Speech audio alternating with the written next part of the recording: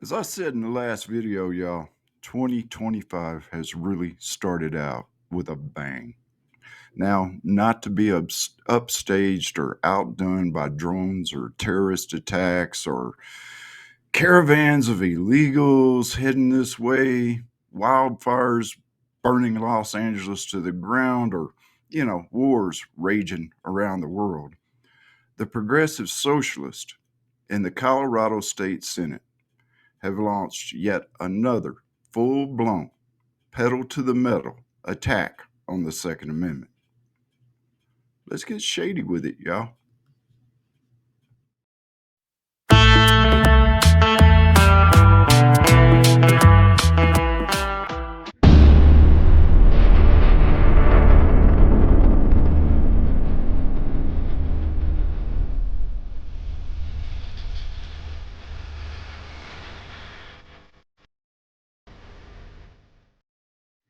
Hello, everyone, and greetings to you from the beautiful but snow packed Colorado Rocky Mountains. Welcome back to the channel. I appreciate y'all stopping by.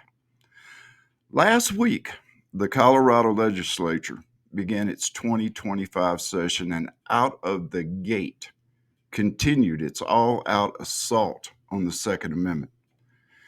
Senate Bill SB 25 003 it's been introduced early, and it was started in the state Senate instead of the House in an attempt at what I can only say the Democrats hope to be a shock and awe type of tactic. Now, like I said, the bill started out, it originated in the Senate instead of the House. They're doing this in hopes of rushing it through with very little red tape and the little debate, the bill getting bogged in, I don't know, such constitutional matters as committees and debates and amendments. They're hoping that they can catch the citizens of Colorado off guard and push it through. They've done this before, like doing a vote at midnight in the middle of a blizzard. One of the things that actually caught me by surprise was the supposed author of the bill, Senator Tom Sullivan. You see, for those of you who may not know, Sullivan represents District 27 here in Colorado. That includes Arapahoe and Douglas counties. In other words, a huge part of Denver. His son was murdered in the Aurora Theater mass shooting back in, I want to say 2017. I believe that was the year. It kind of escapes me right now. But his committees include the State Veteran and Military Affairs. Now, that to me, I don't know about you, but that to me sounds like a toxic mix already. Now, what's surprising about Sullivan is that in the past, even to be a liberal Democrat, he's actually been a slight glimmer of hope for gun owners here in Colorado. Last year, he publicly stated that he would not support a ban on so-called assault weapons. He said that might infuriate the gun owners in the state. Now, he has stated that he would back a federal or a national ban.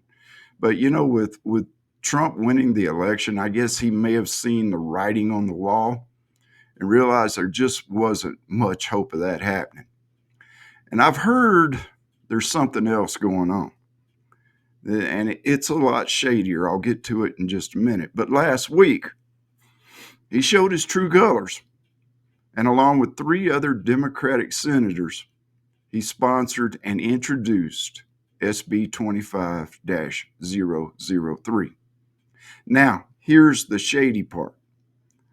Some of the reports that I've read, some of the things that I have heard, are saying that neither Sullivan nor any of the other 3 Democrats that sponsored this bill actually wrote it.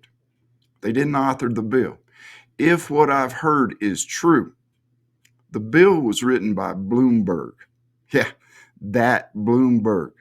That Bloomberg and his anti-gun group, Everytown, or whatever it is. Yeah, Everytown. They wrote it, then they gave it to Sullivan, and his co-sponsors. Now, I'm going to read this bill, and it's a little long and it's a little repetitive, but you need to hear the verbiage of this bill. Semi-automatic firearms and rapid-fire devices.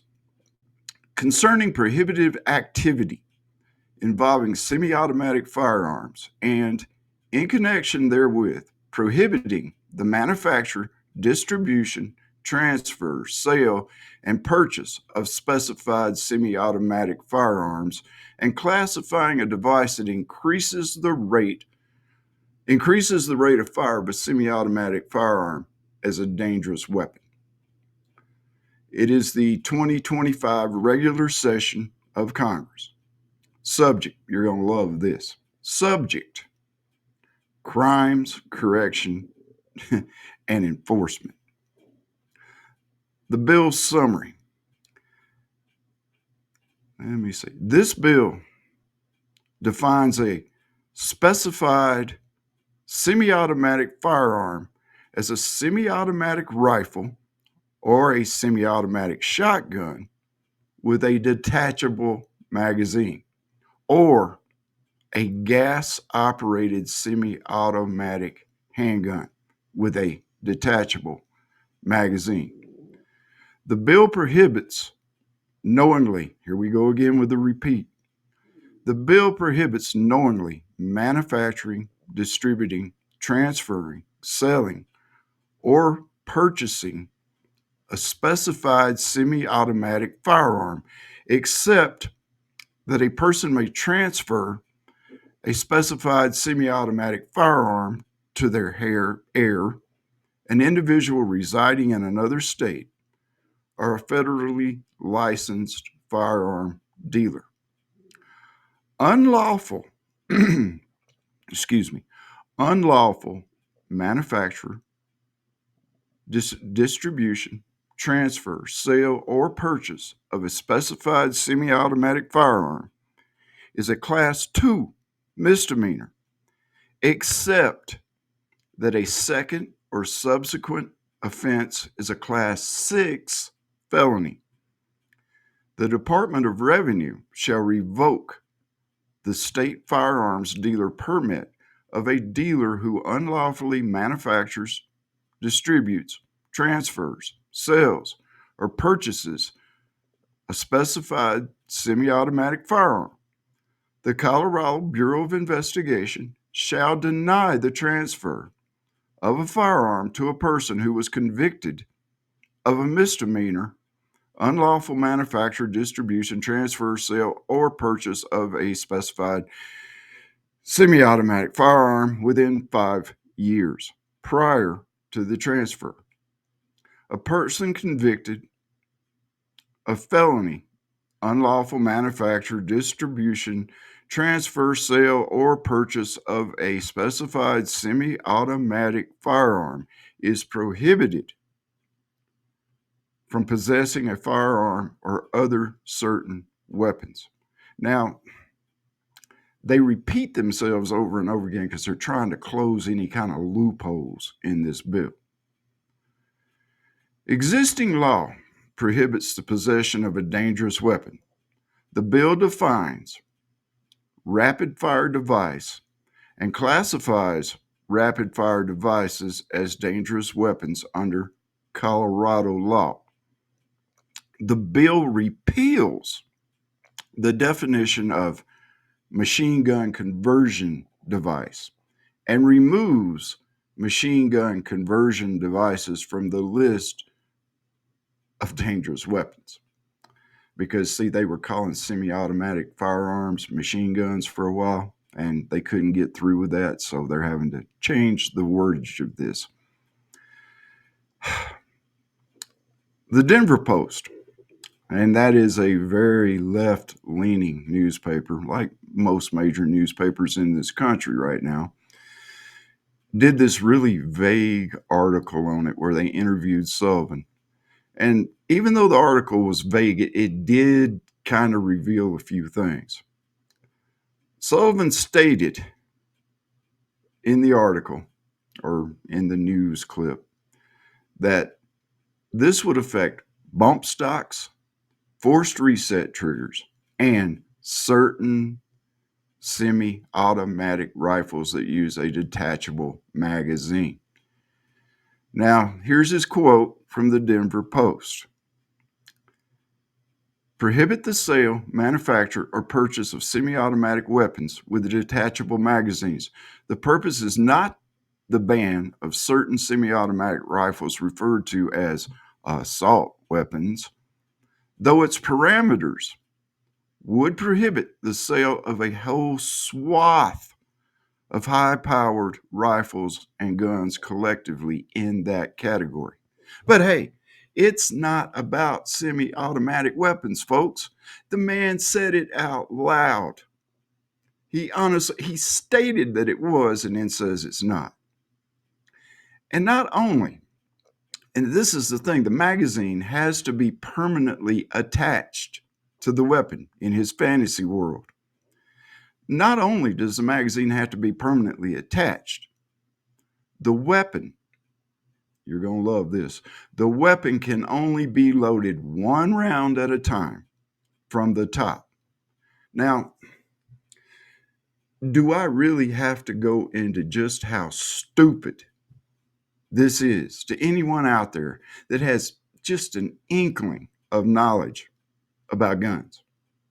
First of all, and please correct me in the comments below if I'm wrong on this, but there is no such weapon in existence as he has described. They simply don't exist. And what does he think? Does he think that the gun manufacturers are just going to, out of thin air, create a weapon, a brand new weapon, just for the state of Colorado? And for any of you out there who have any kind of knowledge of guns and firearms, can you just for a second imagine the safety issues with this kind of weapon? What is the very first thing that you do when you have a malfunction? It's exactly, you eject the magazine, you clear the weapon, and you make it safe. How many accidental discharges and shootings will happen if this crap becomes really real? Imagine trying to unload this gun where you have to rack one round at a time out of the chamber. Now, the anti-gun folks claim that they want to do all this hooey to make the state safer, and they can go sing that kumbaya crap somewhere else. If anything at all, this is going to endanger a lot more lives than it saves. Imagine that rookie sitting in his apartment with his AR-15, trying to eject rounds out of it one at a time. Walls are awful thin in apartment complexes, Scooter. And you might be sitting there and you might be asking yourself, what's this got to do with me? I mean, I live in Texas, for God's sake. Don't you think for one second that if this passes, it won't spread? Trust me. There are states out there that are already trying something like this. They're either trying it or they're sitting back and they're just licking their little blue Smurf lips, waiting to see what happens. So what can you do? Gain knowledge of what's going on in your state. Take action. Be a patriot. If you can, join a pro-Second Amendment group. I know money's tight out there, but if you can at least join the group and be informed, that helps. Join a respect. If you're here in Colorado, it's the same thing. Get informed. Knowledge is power. Join a respectable group. Write, call, email your state senator or your state representative. Let your voice be heard. Now, I emailed Sullivan Saturday, and I know before you even say it, I'm probably going to get some cut and paste just response, and that's fine. There's still a record of my email. There's also going to be an opportunity for written, public, and if I remember right, Zoom testimonies that are going to be offered for the public to speak on the subject. If you can, do that. I'm going to try to put Sullivan's contact information in the description of the video down below.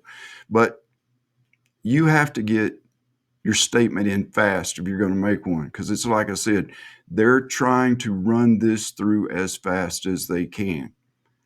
I'm also going to post a link to a website called We the Second, which Ava Flanell, she is a gun activist, firearms activist, a Second Amendment activist right here in Colorado. She has started this organization. Check it out, and if you can help, please help. Now, we've beaten back these socialists at least 2 years. We've taken some damage for it, but we have to stand. We can't just sit idly by and let this go. Before I close this out, there's one more thing that I need to say. There's one more thing that I need to mention that has absolutely nothing to do with this.